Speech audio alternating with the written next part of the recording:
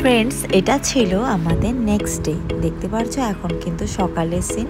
সানা উঠে ঘোরাঘুরি করছে সুইমিং করবে বলে। এদিকে আয়ুষ্মান কিন্তু তখনও ঘুমাচ্ছে।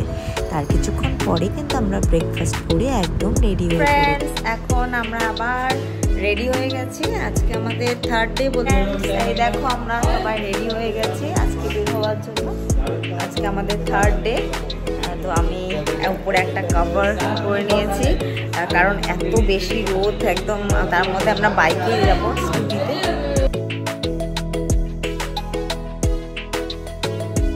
এই বিচটার নাম কি গো? ব্যাগেটর। ব্যাগেটর বিচ। আমরা চলে এসেছি ব্যাগেটর বিচ। ব্যাগেটর বিচে আমরা চলে এসেছি, দেখতে পাচ্ছ। এটা হলো ব্যাগেটর বিচ। এই বিচটাও কিন্তু বেশ সুন্দরী, আর রক আছে যেহেতু, আর খুব ভালো লাগছিল সেজন্য। এটার উপরে অনেকেই আর কি উঠে ফটোস ক্লিক করছিল, আমরাও একটু গেছিলাম। বাট যেহেতু জলের পরিস্থিতি খুব মানে খারাপ ছিল, কারণ বারবার ওখানে যে লাইফ গার্ডরা ছিল বারবার সিটি দিয়ে বলছিল যে একদম না নামার জন্য। দেখতে পাচ্ছ যে কেউ কিন্তু জলে নামেনি, কারণ সমুদ্রের যে ঢেউটা ছিল ডেঞ্জার হতে পারে, তাই কিন্তু কেউ কাউকে তেমনভাবে নামতে দেয়নি লাইফ গার্ডরা। আর আমাদের কিন্তু দেখতে দেখতে চলে গেছিলাম এরপরে আঞ্জনা বিচে। এখানেও দেখো, এখানে কিন্তু সমুদ্র উত্তাল।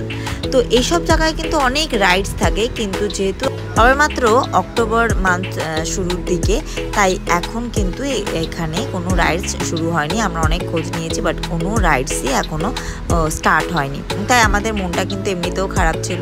তো বিচের সাইডে একটা রেস্টুরেন্টের মতো, ওখানে আমরা বসে বিচটাকে এনজয় করছিলাম। এখানেও বেশ সুন্দর ছিল। তারপরে কিন্তু আমরা চলে গেছিলাম আঞ্জনা বিচে। তো আঞ্জনা বিচে গিয়ে আমরা ফার্স্টে একটু ফ্রুটস খেয়ে নিয়েছিলাম, তারপরে একটু শপিং করে আমরা কিন্তু বসে গেছিলাম খাওয়ার জন্য, কারণ তখন লাঞ্চের টাইম অলরেডি হয়ে গেছিলো।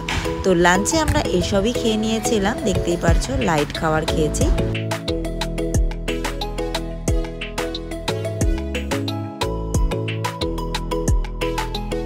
তারপরে কিন্তু আবারও চলে গেছিলাম শপিং করার জন্য। এখানে কালারফুল জুয়েলারি দেখতে পাচ্ছ, খুব সুন্দর।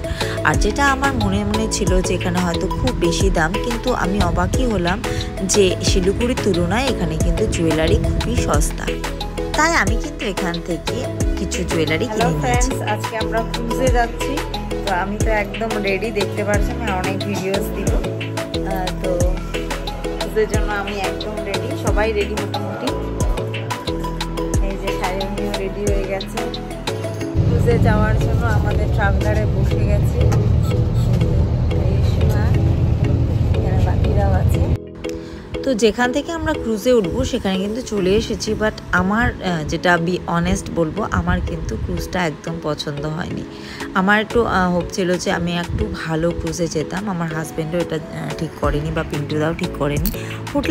হোটেল থেকে আর কি কেউ ঠিক করে দিয়েছিল এটা। তো যাই হোক, আমার কিন্তু সত্যি কথা বলতে অতটা পছন্দ হয়নি। তো যাই হোক, এখন যেহেতু ঠিক হয়ে গেছিলো, কিছু করার ছিল না।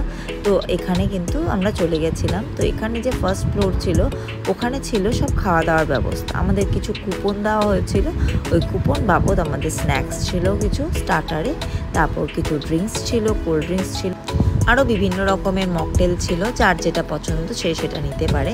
আর কিছু স্টার্টারের খাবার দেখলাম এখানে একটু অন্যরকম ওগুলা। তারপরে কিন্তু এই মাঝখানটা পুরোটাই কিন্তু খাওয়া দাওয়া করার জন্য ছিল।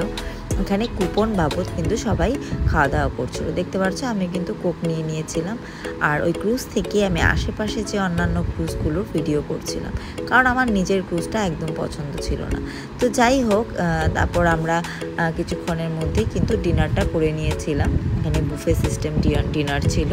তো সেখানে আমি ডাল, ভাত আর চিকেনের দুটো আইটেম নিয়েছিলাম, সাথে নিয়েছিলাম পাঁপড়।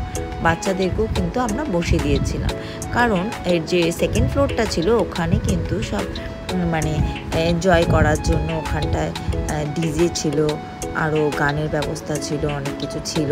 তো ওখানে আমরা গান, ডান্স এসব এনজয় করার জন্য উপরে চলে গেছিলাম। এখানে দেখতে পাচ্ছ যে মহিলারা ডান্স করছে, তারপরে পুরুষরা ডান্স করছে, এভাবে বিভিন্নভাবে গান হচ্ছিল মনোরঞ্জন করার জন্য। তো তো যাই হোক, ভালোই লাগছিলো, আস্তে আস্তে জায়গাটা ভালো লাগছিলো। এখানে কিছু স্পেশাল ডান্সও ছিল, যেগুলো পারফরমেন্স বেশ ভালোই ছিল। আর বসে বসে দেখলাম দূরে একটা সুন্দর চার্চ, ওটাকে কভার করলাম। আর তারপরে কিন্তু পারফরমেন্স ছিল, দেখতে পাচ্ছ।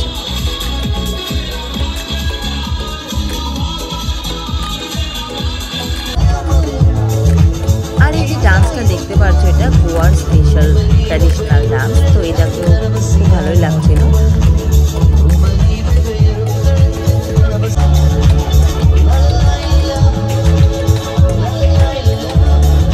তো এসবের মধ্যে দিয়ে সেই দিনটাও কেটে গেছিলো আনন্দে।